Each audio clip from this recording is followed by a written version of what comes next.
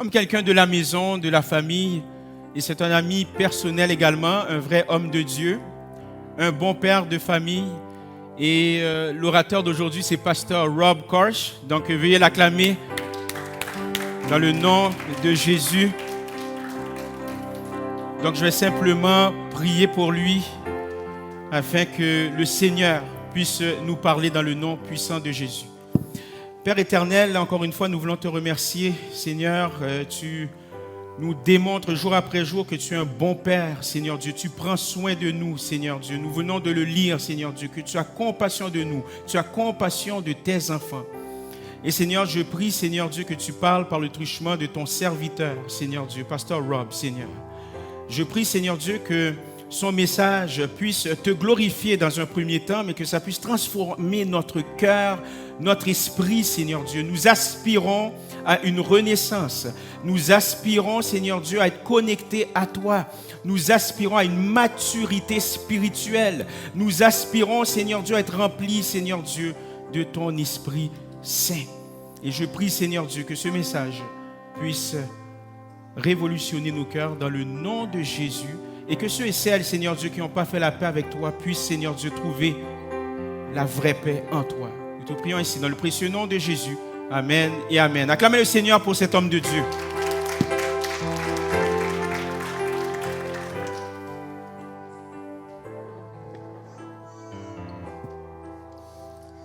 Bon matin. La fête des pères, la fête des mères, pour plusieurs, sont quand même des fêtes compliquées. Parce que dans une assemblée comme ça, il y en a qui fêtent vraiment leur mère, d'autres qui fêtent vraiment leur père, ils sont vraiment contents.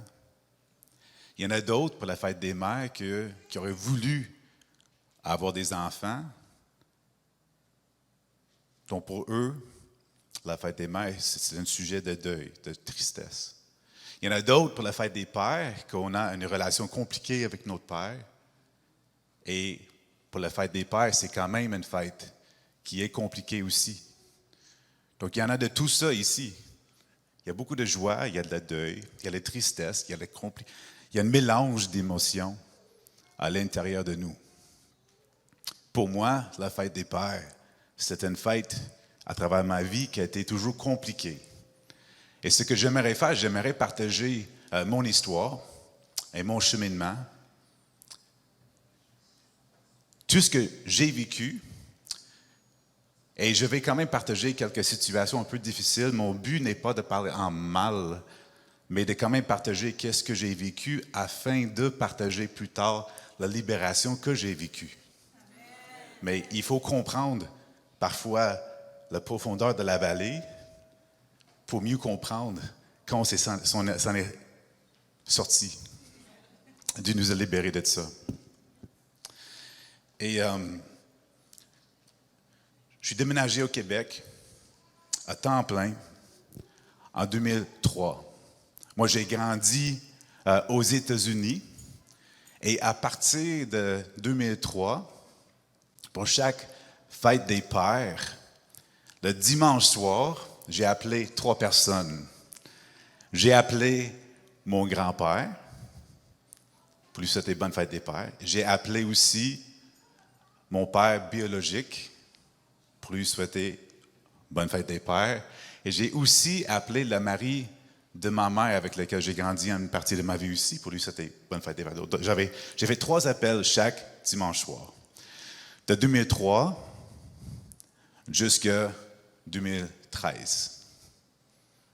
Et à partir de 2013, j'ai arrêté de faire certains de ces appels pendant un couple d'années.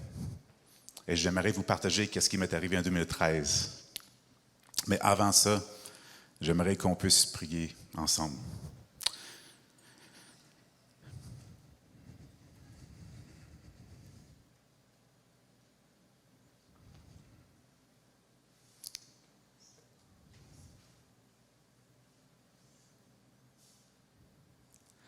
Seigneur, nous sommes reconnaissants pour le portrait du Père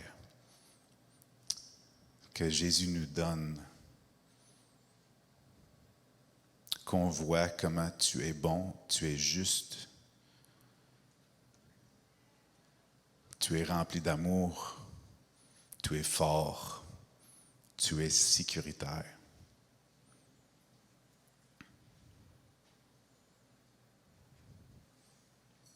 Souvent même, dans les églises, ce n'est pas le portrait de Dieu qu'on voit et qu'on a reçu. Donc, je te demande que ton esprit puisse travailler fortement ce matin pour nous dévoiler ta bonté et, s'il faut, transformer la vision que nous avons de toi pour qu'il soit une vision plus juste de ta bonté, de ta force, de ton amour ce matin. Et au nom de Jésus, je prie cela. Amen.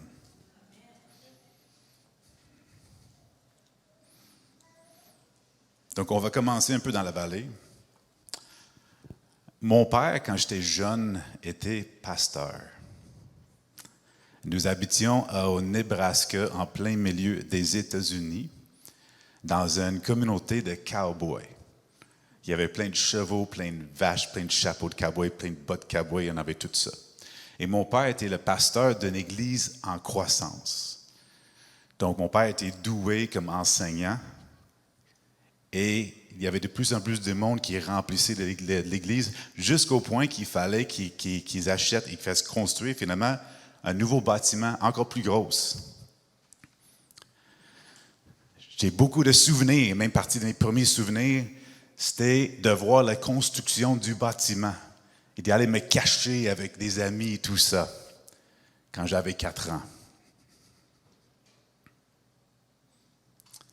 Et en même temps, un autre de mes premiers souvenirs, c'était de cacher en dessous de la table dans la salle de dîner pour protéger ma sœur pendant que mes parents criaient l'un après l'autre, surtout mon père. Il y avait beaucoup de violence et beaucoup de choses brisées, des trous dans les murs, des meubles brisés, des choses comme ça dans la maison. Donc moi, j'étais avec ma sœur en train de le protéger. Pendant qu'elle pleurait, je voulais le soulager. J'avais ces deux souvenirs en même temps.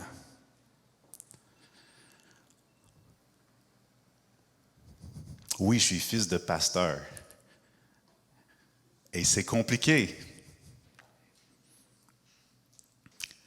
Après une couple d'années, il fallait qu'on parte. On a quitté cette église-là. Et pas longtemps après ça, mon père nous a quittés. Donc, ma mère est devenue mère monoparentale avec 3 enfants. Moi, j'étais le plus vieux avec 2 sœurs. Et entre l'âge de 5 ans à 10 ans, j'ai vu mon père une fois. Et suite à ça, je l'ai vu peut-être une fois par année. Et même quand je l'ai vu, mon père était un homme très colérique. Et ce n'était pas un homme qui était présent dans ma vie. Mais je voulais. C'est mon père. La chose qu'on veut comme enfant, on veut que notre père soit fier de nous, qu'il soit présent dans notre vie, qu'il nous protège, qu'il nous enseigne, qu'il soit un modèle pour nous. On aspire à ça. Alors, une fois par année, quand même, on a habité à Portland, en Oregon, et on a monté un 3 heures, 3 heures et demie à Seattle, où mon père habitait, pour passer du temps avec lui. Et moi, je voulais avoir vraiment une relation père-fils. Mais c'est jamais vraiment matérialisé, c'est jamais vraiment arrivé. Mon père a toujours été absent, et même quand j'étais avec lui, c'était difficile. Et même mon père, souvent, était tellement colérique, il disait souvent des choses très blessantes, parfois envers moi, mais surtout envers mes sœurs. J'ai grandi, je suis devenu un adulte, un homme, je me suis marié, j'ai eu mes enfants, on a déménagé au Québec. Et quand même, j'avais encore ce désir de peut-être un jour, Dieu va faire quelque chose. Peut-être un jour, je pourrais avoir une relation avec mon père. Et aussi, en grandissant, en lisant dans la Bible quel genre de Dieu que Dieu est, j'étais en train de découvrir que Dieu est un bon Père. Il y avait quand même un endroit dans ma vie où est-ce que j'ai senti, quand j'étais jeune, aimé, accepté, en sécurité. Et ça, c'était avec mon grand-père, le père de ma mère. Et chaque fois que j'entrais dans la présence de mon grand-père, il a arrêté de faire ce qu'il faisait. Il me regardait avec une grande sourire. Il se levait debout. Il m'a pris dans ses bras. Et je me sentais aimé. Je me sentais accepté. Je me sentais en sécurité. Là, c'est un homme fort qui servait de sa force pour mon bien, pour me protéger. Et le plus que je lisais dans la Bible, j'ai compris que le Dieu dans la Bible, le Dieu qui est dévoilé, c'est ce genre de Père. J'ai continué d'appeler mon père, mon grand-père, mon père biologique, la mairie de ma mère, chaque fête des pères. En 2012, j'ai appelé mon père pour lui souhaiter bonne fête des pères, mais mon père, il n'a jamais abandonné son rêve d'être un pasteur. Donc, mon père, il a fait partie des églises des fois. Il n'était pas un pasteur à temps plein, mais quand même, il participait à des églises de Seattle. Et quand des gens l'ont entendu enseigner et parler, ils voyaient, hey, c'est un homme doué, c'est un homme charismatique, c'est un homme qui était capable d'engager des gens. Alors, en 2012, dimanche soir, j'ai appelé mon père. J'ai dit, bonne fête des pères. Il m'a dit, merci. Puis, papa, qu'est-ce que tu as fait aujourd'hui? Il dit, j'ai prêché ce matin dans une église. Et déjà, mon cœur, je me sentais un peu coincé. Après ça, j'ai demandé à mon père, mais tu as prêché sur quoi? Il dit, j'ai enseigné comment être un bon père.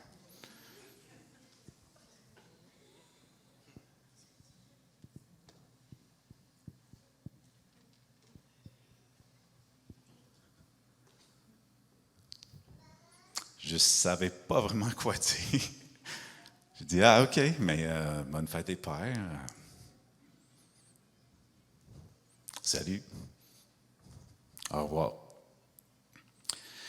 Mais j'avais vécu tellement de choses à travers ma vie avec mon père et d'autres situations aussi. C'est comme un rajout, une autre chose par-dessus d'autres choses. Donc, je n'ai pas vraiment pensé de tout ça beaucoup à travers l'année.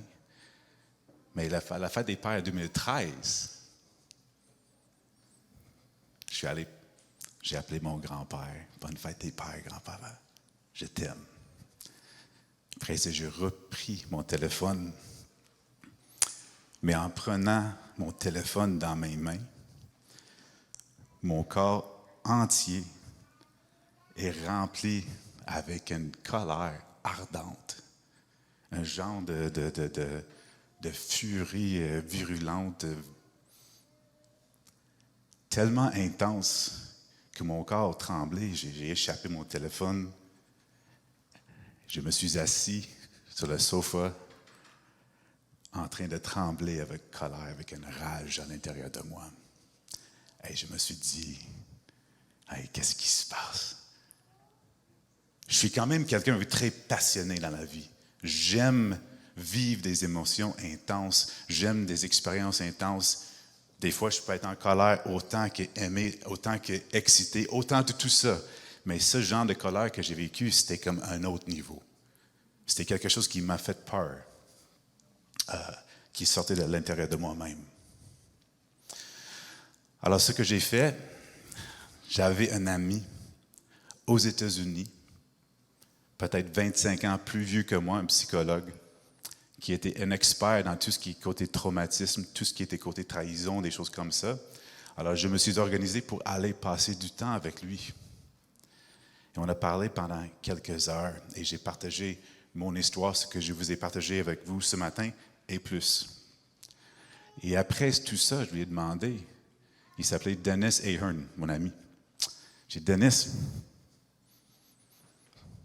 comment est-ce que tu vois cette rage, cette colère intense à l'intérieur de moi?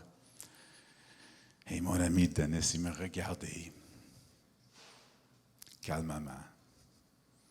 Après, il s'est regardé un peu loin dans la distance, il réfléchit. Après ça, j'ai vu comme un sourire sur son visage.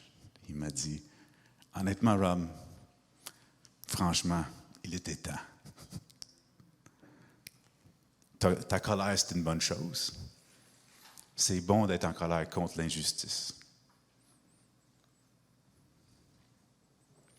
Ça, c'est un autre moment dans ma vie où est-ce que je me sentais accepté, aimé, compris, en sécurité avec mon ami Dennis, qui était assez vieux pour être mon père. Alors, je lui ai demandé, d'accord, Dennis, mais merci. Puis, maintenant, je fais quoi avec ça? Et à travers des heures et par la suite des semaines et des mois, on a entrepris une discussion profonde sur le pardon. Et qu'est-ce que c'est de pardonner? Et qu'est-ce que ce n'est pas de pardonner?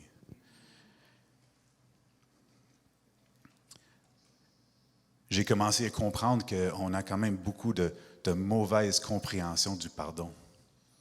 Et ça nous empêche de pardonner et ça fait même mal et même ça peut être destructeur. Donc, il faut commencer en comprenant qu'est-ce que le pardon n'est pas. Mais premièrement, dans la Bible, quand on étudie le pardon à travers la Bible, c'est quand même nuancé. Parce qu'il y a les textes qui parlent d'une façon, d'autres textes qui parlent d'une autre façon. Et nous voyons finalement, il y a quelques sortes de pardon différentes dans la Bible. Et quelques façons différentes. Et de comprendre ça, donc ce n'est pas toujours aussi simple. Dans un texte, ça a l'air d'être simple et très clair. Dans un autre texte, ça dit quelque chose qui est presque le contraire. Mais premièrement, qu'est-ce que le pardon n'est pas?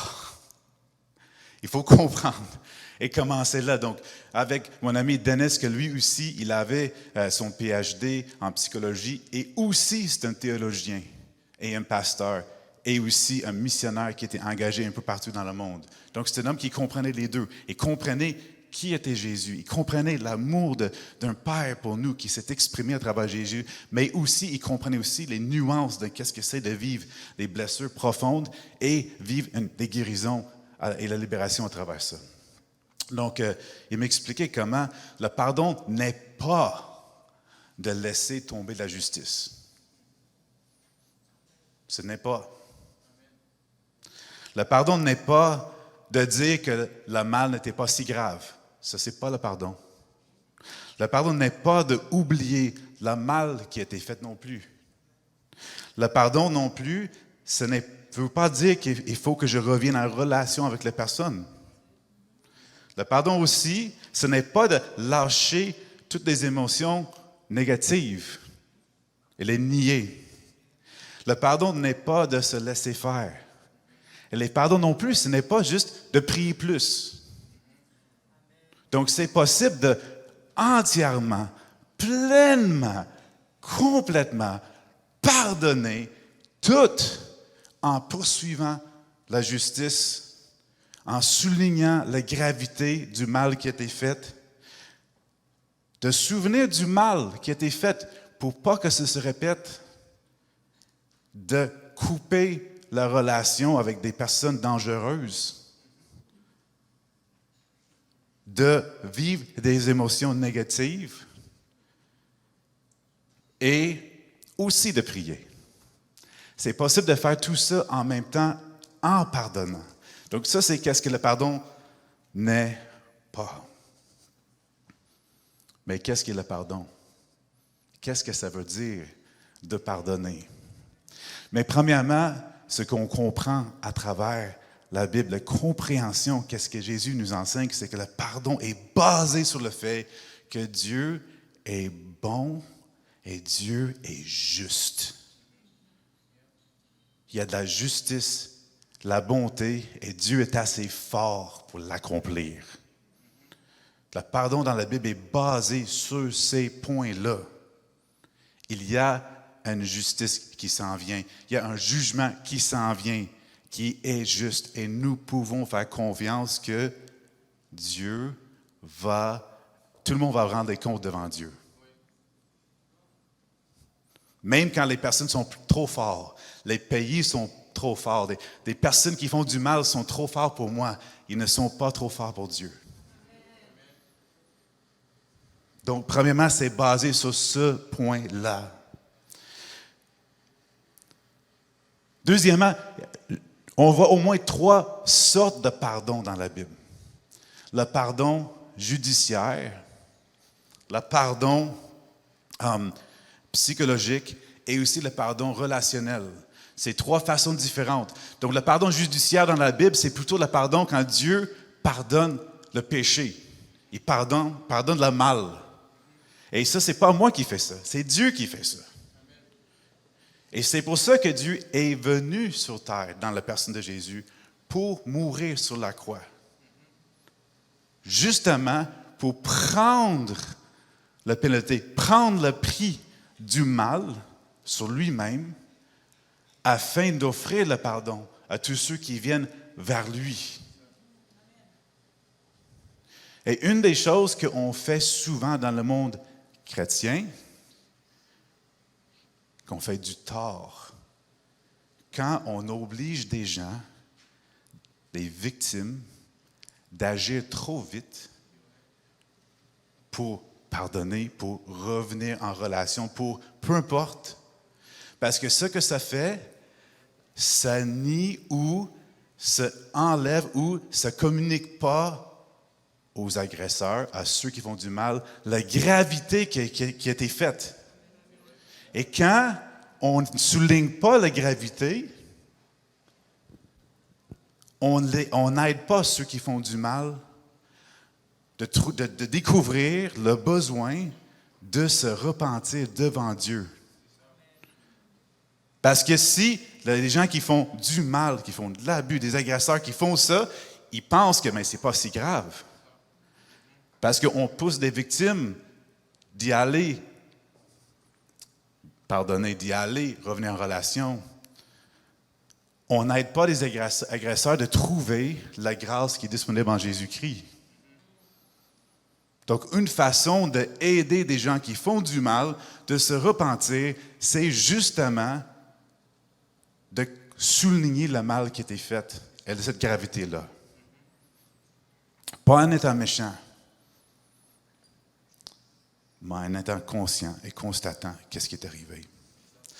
Donc, premièrement, le pardon judiciaire, c'est le pardon du péché de Dieu. Deuxièmement, le pardon psychologique. Ça, c'est quelque chose que j'ai commencé à comprendre, qu'on voit à travers la Bible. Une place qu'on voit ça aussi, c'est dans Romains chapitre 12, verset 9. C'est un texte qui m'a beaucoup aidé à travers ce texte, ce processus.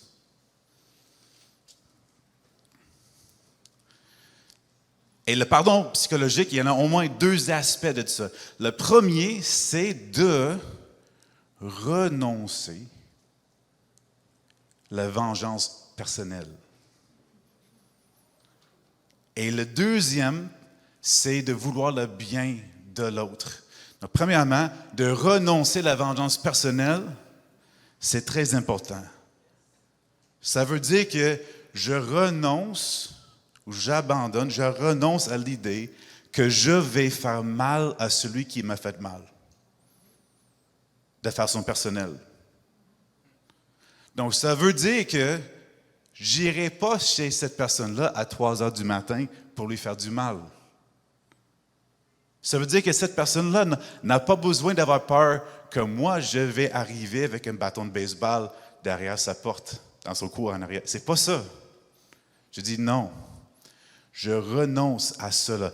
Et dans Romains chapitre 9, c'est un texte qui m'a beaucoup aidé.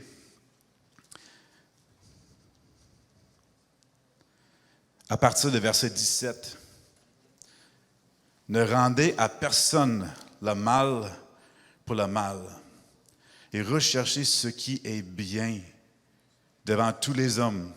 Et si cela est possible, dans la mesure où cela dépend de vous, soyez en paix avec tous les hommes. » Et verset 19, on arrive. « Ne vous vengez pas vous-même, bien-aimés, mais laissez agir la colère de Dieu, car il est écrit, c'est à moi qui appartient la vengeance.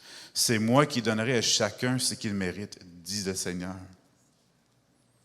Mais si ton ennemi a faim, donne-lui à manger. S'il a soif, donne-lui à boire. Qu'en agissant ainsi, tu amasseras des charbons ardents sur sa tête. Ne te laisse pas vaincre par le mal, mais sois vainqueur du mal par le bien. Il y en a plusieurs textes, mais dans ce texte-là, j'ai compris qu'il y a un Dieu qui est juste et tout le monde va rendre compte à ce Dieu-là. Donc, ce n'est pas à moi de faire que les gens rendent compte à moi.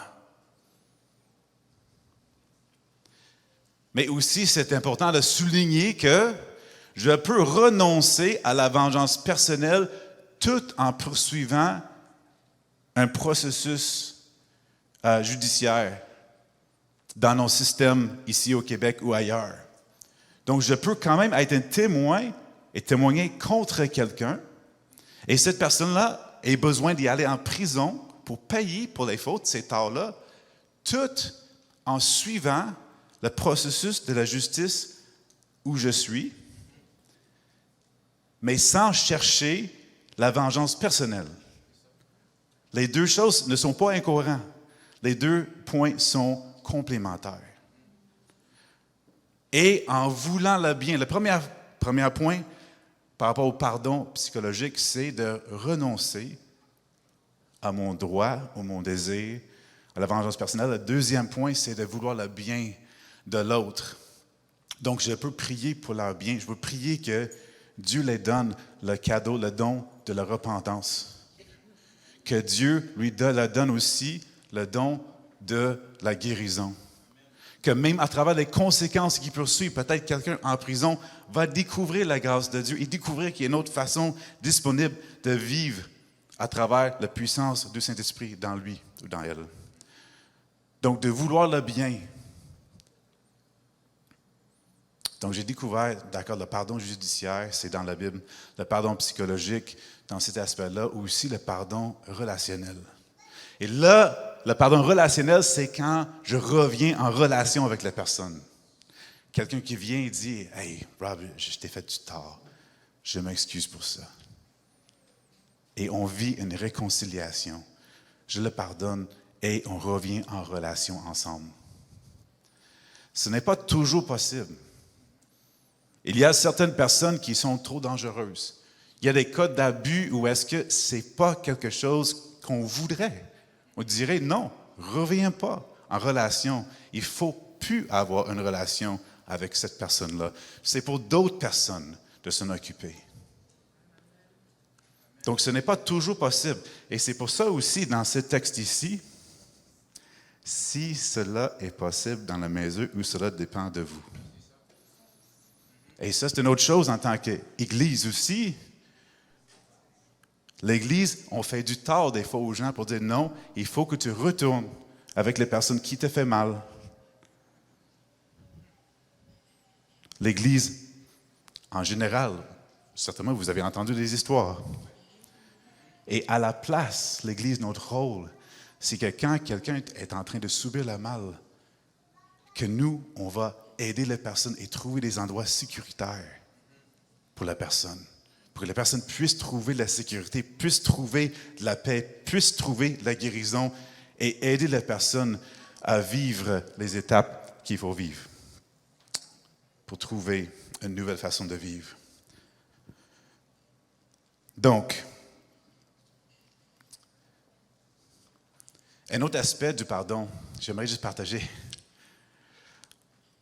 Il y a un homme que je respecte beaucoup, que lui était marié, il avait 4 enfants.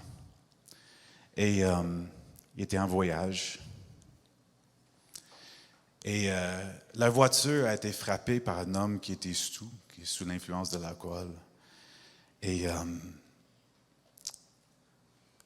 cet homme-là, qui s'appelle Jerry Sitzer, ce qu'il a vécu cette journée-là, c'est que sa femme est décédée, et sa mère est décédée, et sa fille est décédée à cause de cet accident de voiture. C'était catastrophique dans sa vie.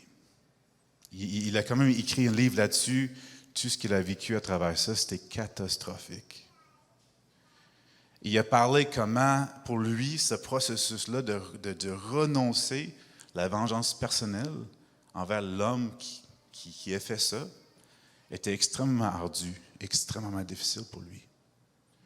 Mais Dieu lui a donné la grâce de vivre ça.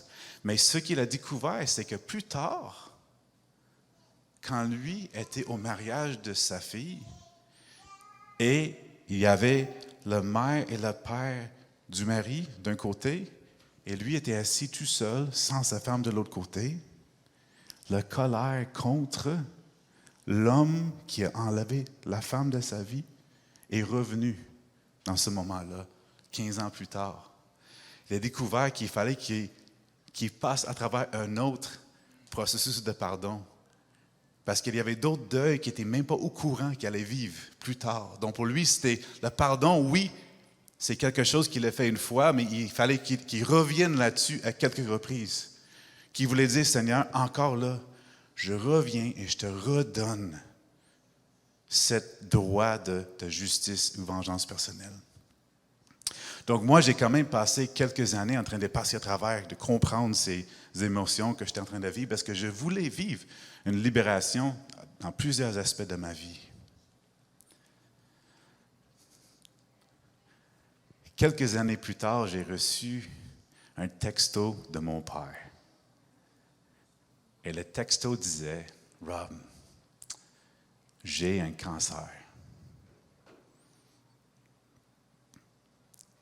Et quand j'ai reçu ce texto-là, c'était comme si Dieu m'a parlé. Et Dieu me disait, « Rob, maintenant c'est le temps de boucler le boucle, de terminer ce processus du pardon. » Alors j'ai embarqué dans l'avion, j'ai pris l'avion, je suis allé à Seattle.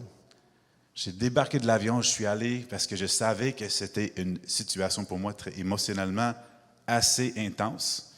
Donc j'ai passé 5 heures de prière intense avec l'un de mes bons amis, là-bas, juste avant que j'aille voir mon père. Que Dieu me donne la force, il me donne aussi tout ce qu'il faut pour justement pardonner mon père. Je suis allé voir mon père et j'ai dit quelques phrases. J'ai dit, tout ce qui est côté mal, désir de mal dans moi, papa, j'ai donné ça à Jésus. Maintenant, papa, c'est à toi de vouloir chercher un refuge dans la croix de Jésus. C'est à toi de faire ça. Mais pour moi, j'ai renoncé à ça et je dis, papa, maintenant, je te pardonne. J'ai fait ça, que Dieu m'a convaincu que sans aucune attente envers mon père. Moi, je n'avais aucune attente que mon père réagisse d'une certaine façon envers moi. Zéro. Pour moi, si mon père réagissait de façon positive, super. Si c'était négatif, d'accord. Tout ça, c'était entre moi et Dieu. Qu'est-ce que Dieu m'a demandé de faire face à mon père? Donc, le pardon, ce n'était pas lié avec la réaction de mon père. Ce n'était même pas lié si mon père m'a demandé pardon et s'excuser. Ce n'était pas lié avec ça, c'était par rapport au fait que Dieu voulait que je sois libéré. Alors, je lui ai dit, « Papa, je te pardonne. » Et à ce moment-là, ce que j'ai vécu comme une libération. De tous ces mal-là que j'ai vécu à travers ma vie, ça existait.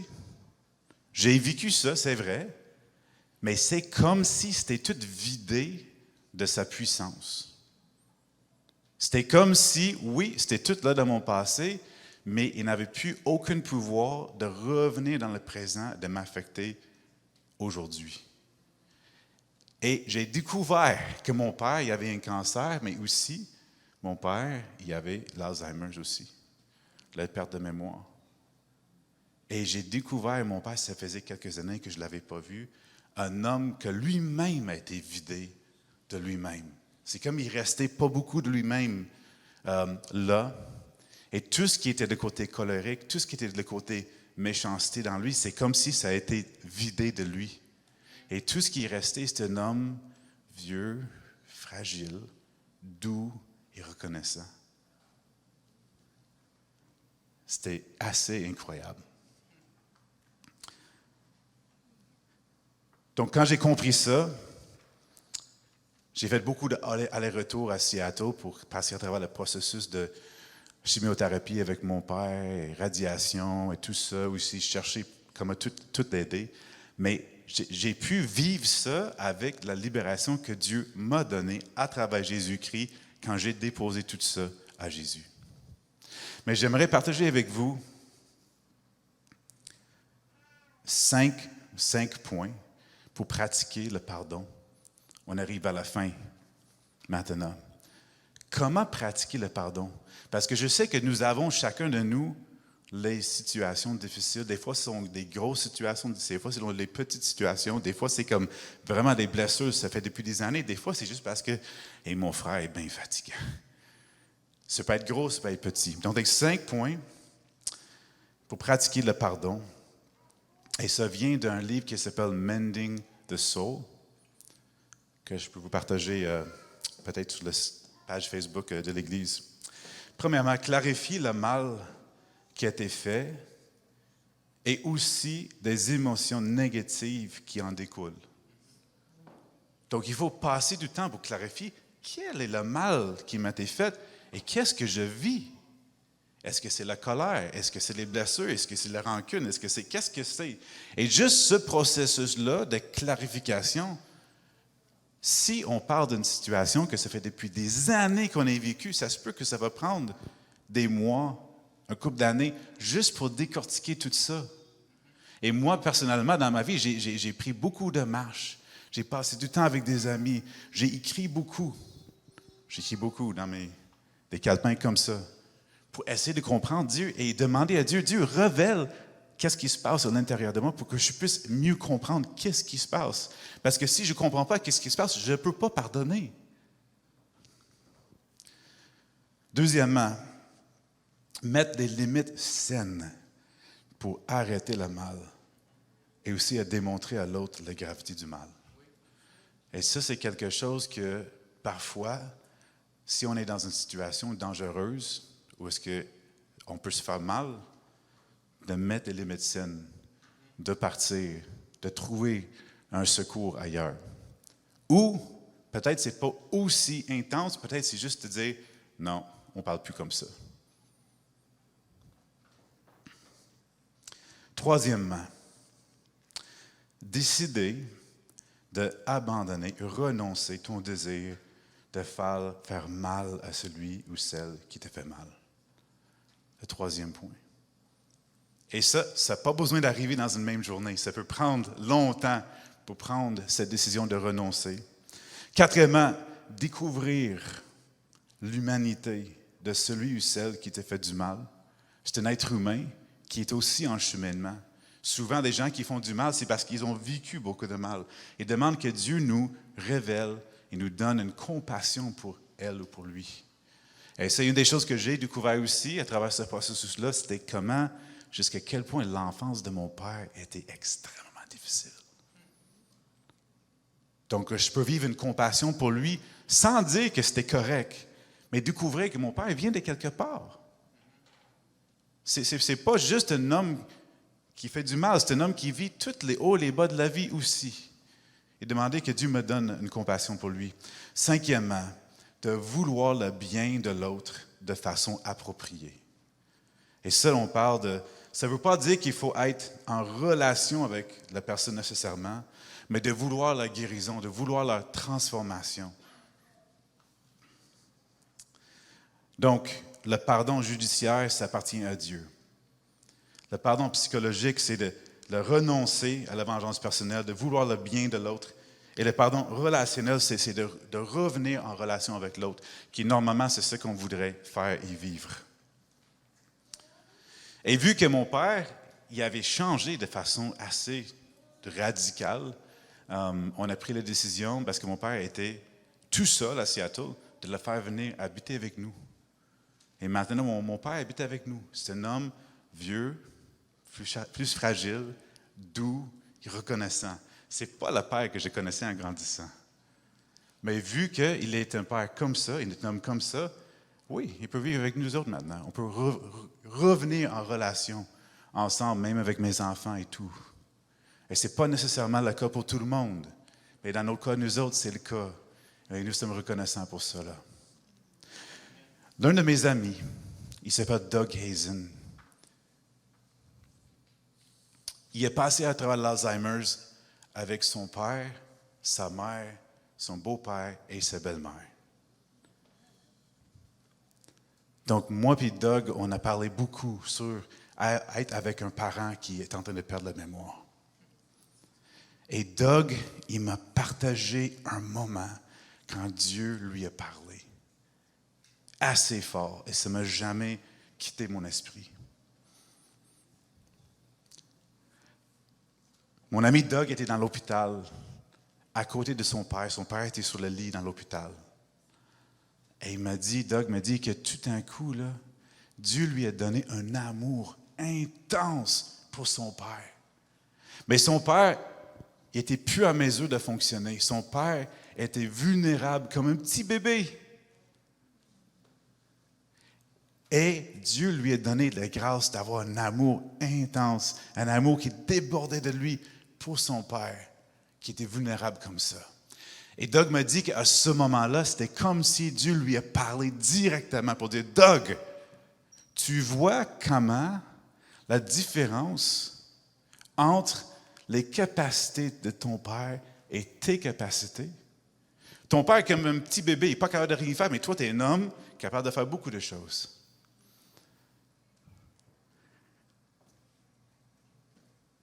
Et Dieu lui a dit, « Doug, je suis infiniment plus capable que toi. Plus que toi, tu es capable que ton père. Mes capacités sont infiniment plus. » Et après ça, Dieu lui a parlé avec Doug. Il a dit, « Doug, tu sais comment tu aimes ton père maintenant, tu vis cet amour-là. » Et Doug, il a répondu, « Oui, je vois ça. Mon amour pour toi, Doug, est infiniment plus. »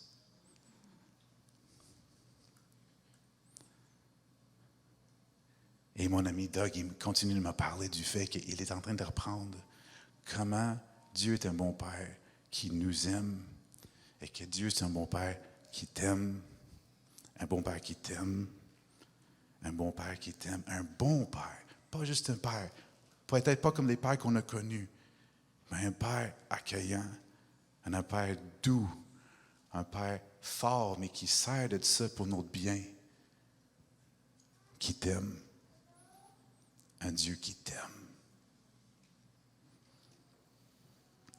Avec lui, on est en sécurité. Avec lui, on est accueilli. Et avec lui, on est aimé. Donc, fêtons la fête des pères. Remerciez Dieu pour les pères imparfaits qu'il nous a donnés. Des pères imparfaits qui sont autour de nous, même si on n'en a pas. Et merci à Dieu que lui, c'est le bon Père avec lequel on est toujours accueilli, accepté et aimé en Jésus-Christ. Donc, Seigneur, merci pour ce matin et merci pour le pardon que tu nous as donné et merci pour la libération que tu nous offres en Jésus-Christ. Nous sommes reconnaissants de te suivre et d'être tes enfants. Amen.